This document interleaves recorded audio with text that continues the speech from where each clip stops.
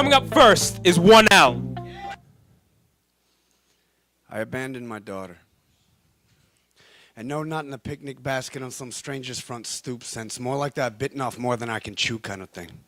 Kind of like when I was a child myself, watching my father eat pizza. The bites he took were so much bigger than mine. I didn't know how he did it without choking. I just knew that when I was his age, I could do it too.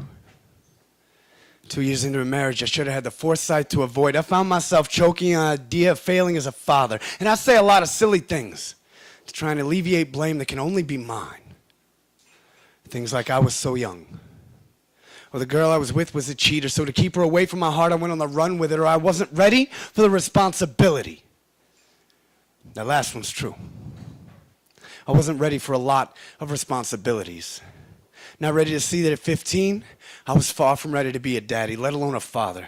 Not ready to see that the girl I was dating could never be anyone's mother. Not ready to see that she was lying when she said she was on the pill. I threw away all of my responsibilities when I saw how hot she looked in that lingerie she had obviously borrowed.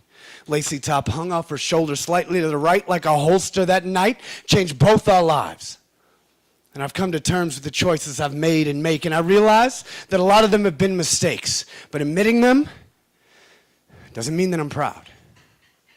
But it would be silly to say I'm ashamed. It's not a big enough word.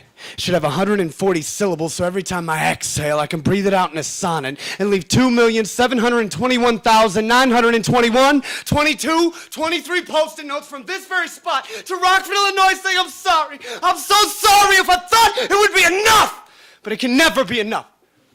Instead of stories about her first grade, her first game, her first crushes, or even her first kisses, all I have are stories about knife fights under bridges in Philadelphia, bribing the police officers outside a Monterey brothel, or how accommodating the Vancouver jailers can be. I would give back every moment of the last nearly 14 years for one more Daddy, I love you. Or to watch her sleeping. No.